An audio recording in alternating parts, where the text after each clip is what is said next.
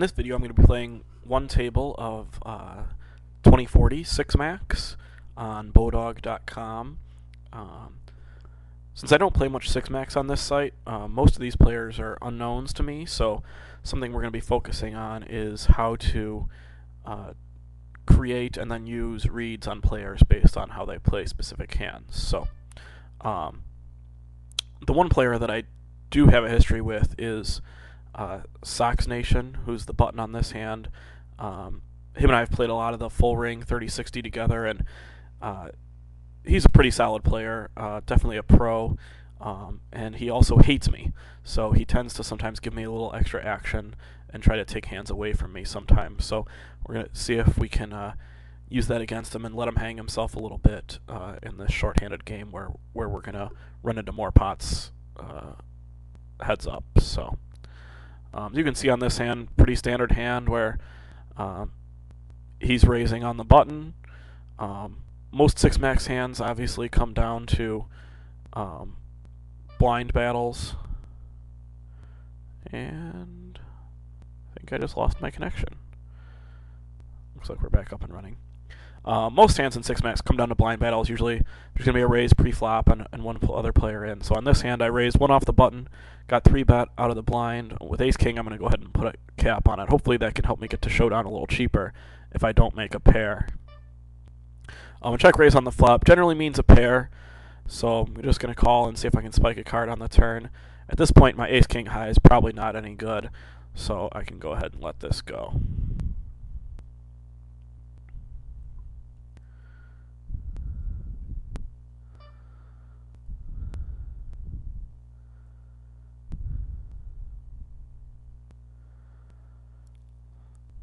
So it looks like all the hands I've played so far have been, just a button raise. So probably not a lot of good action at this table. Most of the players are probably fairly solid. On this hand, we did see a cold call to the small blind by Chip Hawk. So maybe at the end of the hand we'll get to see what he was working with, that he would cold call. That's typically not a good play. Generally you like to 3-bet and get a heads up and also get some dead money in from the big blind. If you do want to play the hand. Looks like we're not going to get to see anything, though.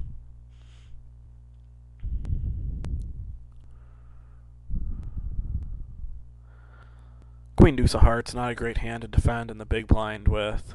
Unless it were to be heads up against the small blind, I would call, but that's about it. Any hand that's going to put in money probably has me beat. It's also not going to play well because on the flop, I can't flop the standard 6-outer when I have 2 overcards or something like that. So, on this hand, we did see an open limp by JoJo Poker. That's probably a sign in a shorthanded game that he's not a real great player. Generally, in a shorthanded game, there's really no reason to open limp, since you should just be always attacking those blinds and being aggressive. You take down a lot more pots without showing down hands in a shorthanded game, so you want to always be the aggressor to make sure that you can win those jump ball type situations where there's 2 players in the pot and both of you miss. It's nice to be able to take down those pots, and those pots go to generally the player with position, and also even more important than position sometimes is initiative, meaning the player who put in the last bet on the previous street. Here we have ace-8 off in the small blind. Pretty good hand in a short-handed game, especially since it looks like a steal situation. I'm going to go ahead and 3-bet, see if we can get Sox out of there, and that was successful. Hawk just called the 3-bet, so it means we're probably in fairly good shape. That's a bad flop for my hand since it does hit a lot of his holdings as well. Hopefully he's on appeal. We're going to see if we can get him to fold to a river bet. That's really my only hope of winning. So now that he's raised on the river, he probably wasn't on a draw. He could have even had a 9 in his hand, where he was just calling down until he hit trips, so I can go ahead and let that one go.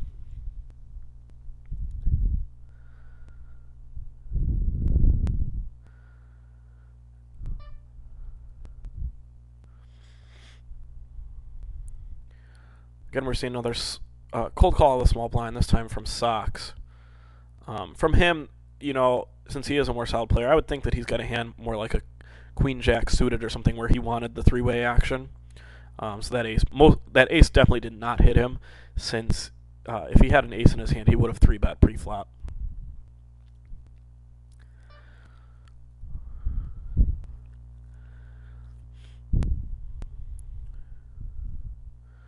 Looks like we're going to see a battle between the two blinds on this hand. The small blind raising and betting out, which is pretty standard when it's folded around to the small blind.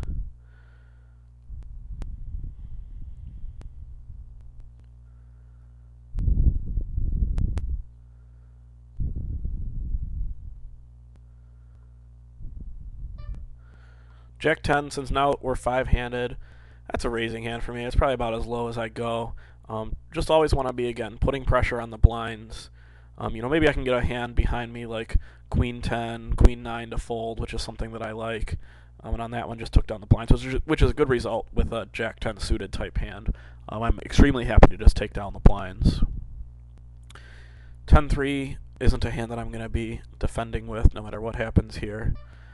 We did see a raise and then a cold call on the button, so that's two little signs from Chip Hawk that might not be a real great player.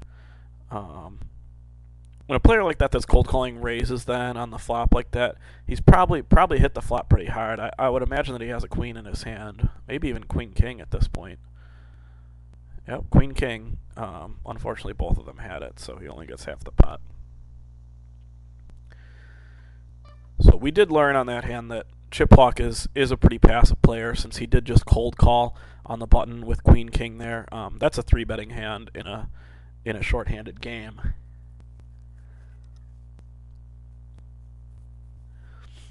We also learned that he perked up when he did have a hand. He wasn't on a move or a bluff or anything like that. So I would expect him to have a pair on this hand as well. Hopefully take some of Sox's money. We always like to see the money going from the good players to the fish. On that hand, unfortunately, great flop for Chip. Just unfortunately bricked off on his flush draw. Sox calling down with ace-king high. That's another sign that Chip Hawk might be a poor player. Since I think Sox plays a good amount of this short-handed game, so he would have a little better feel of the competition. On that hand, king 7 suited.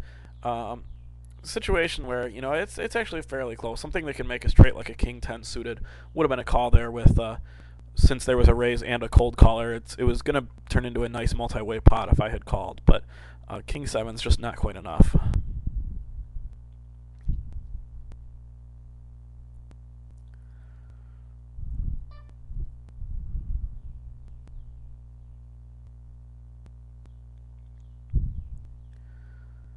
Another blind battle. Trank was the aggressor, so obviously he's going to bet out a flop, especially with an ace on it, since he can get a lot of hands to fold there.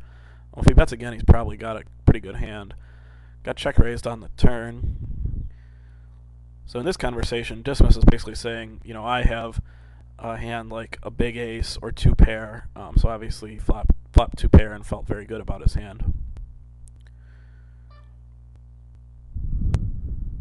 6-5 is not a hand that you can really play short-handed, since you're not going to really get 5-6-way action like you might in a full game. So in a full game with a couple limpers, you can limp behind with that. But in a short-handed game, you're probably going to get raised by the button or something, and really need to flop a strong hand. So in a short-handed game, really my focus is more on big card type hands, because top pair and hands like that are going to be what wins the money. Where in a full game, in a crazy game, you often need to make hands like trips or straights or flushes to win hands. So in a short game, even like an ace-king, ace-queen high can be a very strong hand at showdown.